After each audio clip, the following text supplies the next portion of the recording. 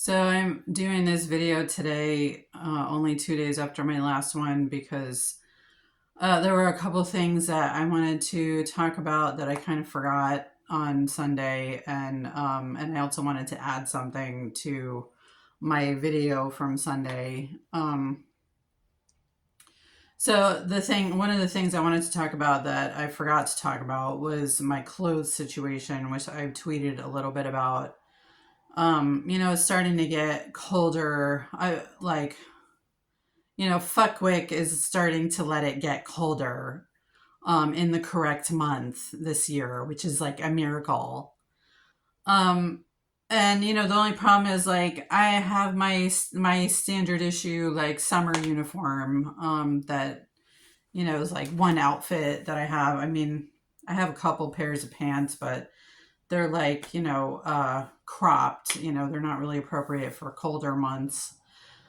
Um, the main thing is like pants and shirts. Yes, I need underwear. I'm wearing underwear that's like really old and has full of holes and, like threads coming apart and everything. I need everything. My bras don't fit, like I need everything. Like I can't, like I need everything.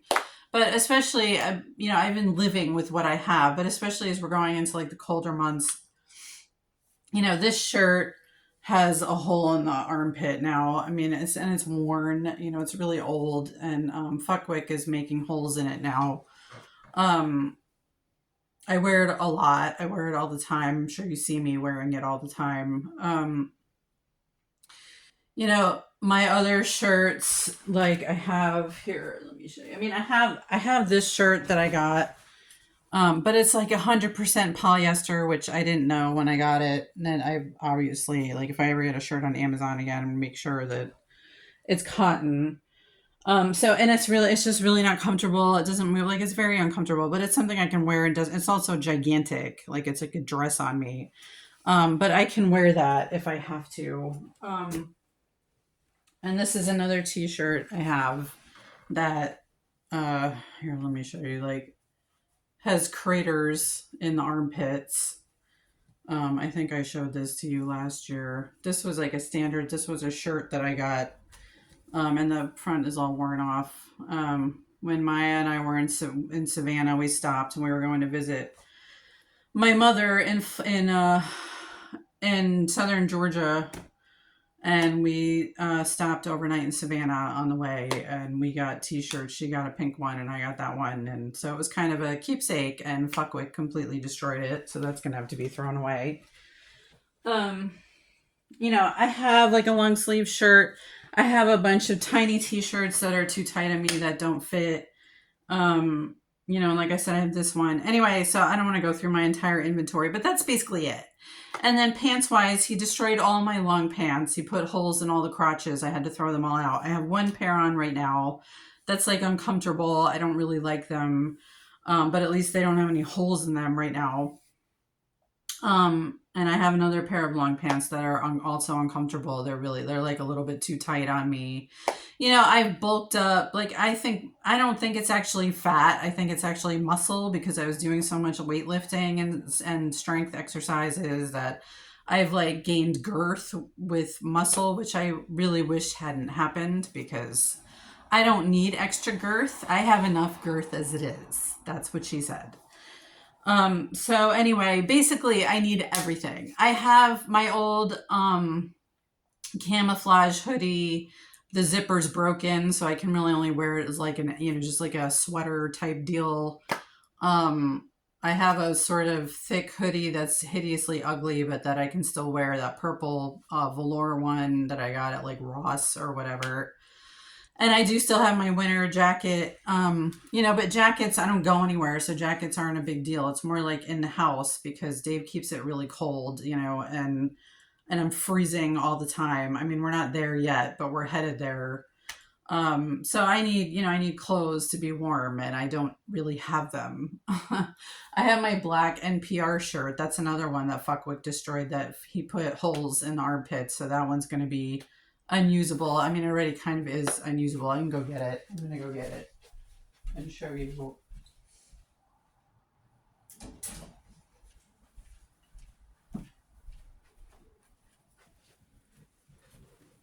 See, there's already like a gigantic hole, and that's only going to get bigger. There's not one on the other side. It's on, I believe it's on the left side. Are you enjoying this, you guys? Yeah, it's in the, no, it's in the right armpit. I take that back. You put it in the right armpit. Anyway, so this was one of my go-to long sleeve t-shirts in the winter, and now that one's going to be garbage soon. So I need clothes. So that was like the big thing. I'm like pleading for money for clothes. Like, please, can somebody, the courts, like somebody, please, please, I need money. You guys, I need money.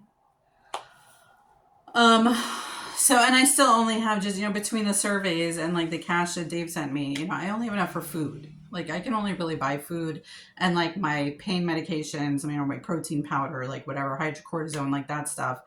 That's only barely, and it's not even enough to pay for that stuff, because like I would love to buy other stuff too that I really need, but I can't afford because I don't have enough money. So, and that's what I tweeted the other day was that, I saw on Amazon. Amazon has like a lot of decent, cheap clothing that would be great for me for just being in the house, but I can't afford it.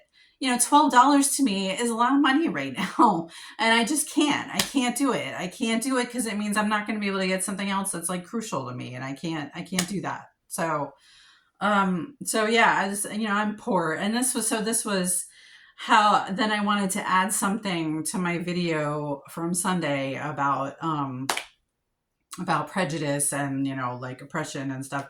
Like I don't want to use the language that has been used on social media to talk about that stuff in general, like oppression. I don't even like using the word oppression anymore because it went so far crazy with privilege and white privilege and like the whole Karen thing and white women.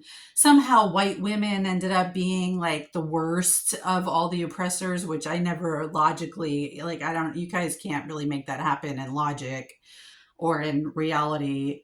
But that was all Fuckwick's doing. I'm sure that was all like him and his little cohort, like spreading their bots everywhere and their misinformation everywhere. Because of course, they want you to hate white women more than anyone. Um, but anyway, what I wanted to add was, I said the thing about white men don't really have any context for prejudice, and that's not really true. I just wanted to add the caveat that, like poor people everywhere experience prejudice all the time. Like people who don't have the means, people who are generationally poor, who've never been able to achieve mobility, class mobility, who only ever knew not having enough food, not being able to pay the bills, living hand to mouth all the time.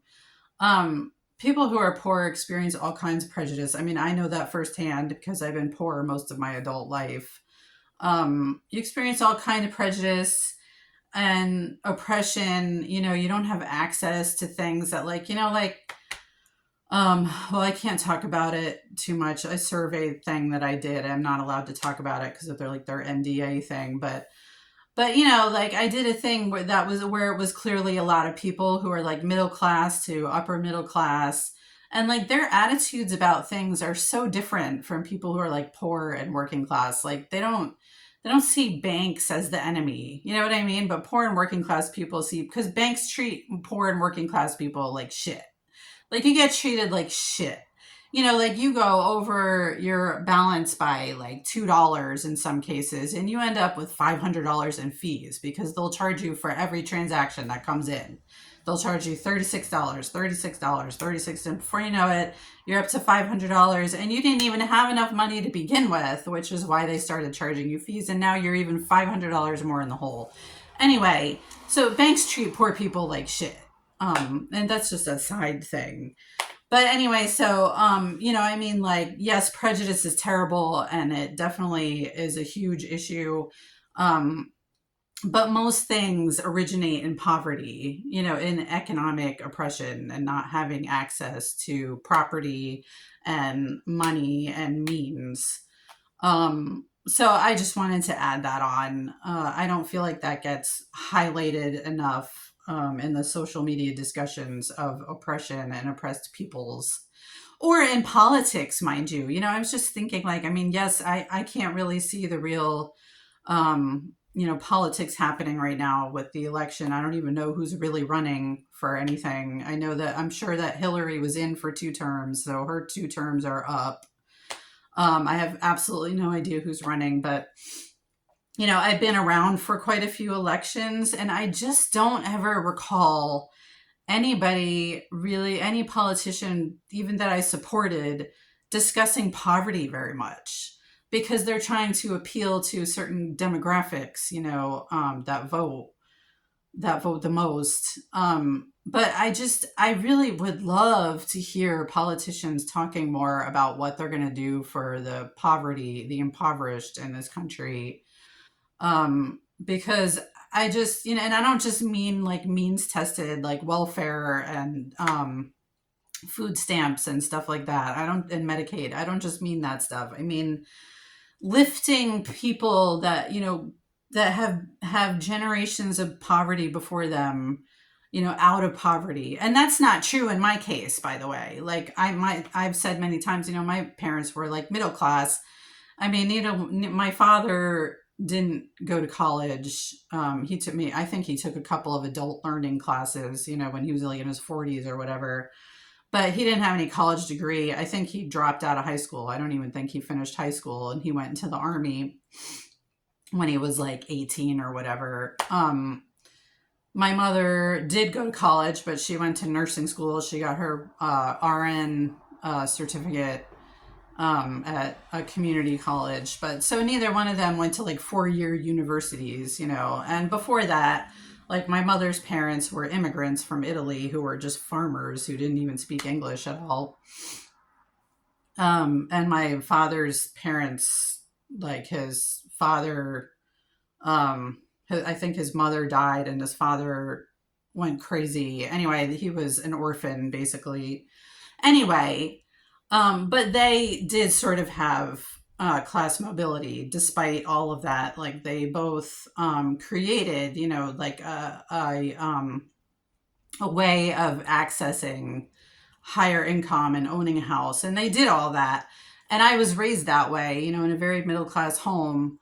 But and I went to college, but it's because of the career path that I chose. I wanted to be an artist. I wanted to be a writer. So I ended up living poor my whole adult life because I didn't choose like a career path where I would, be guaranteed a salary and benefits and all that stuff. But nevertheless, despite the fact that I kind of chose it,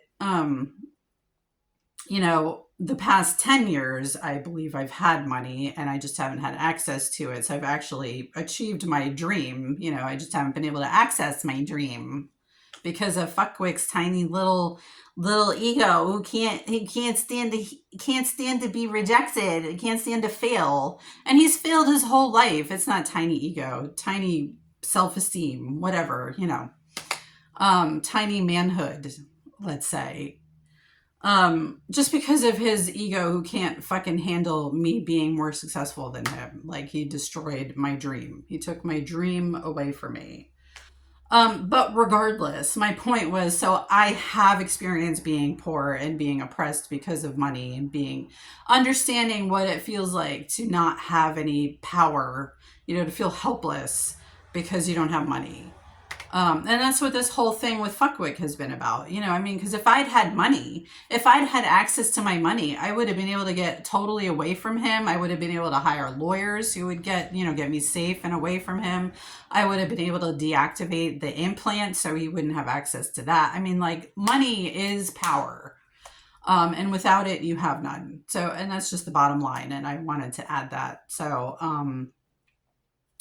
yeah, so I guess that's everything I wanted to say. This is almost 15 minutes again. So have a great week, everybody. I'll have a terrible one, I'm sure. Okay, bye-bye. Love you.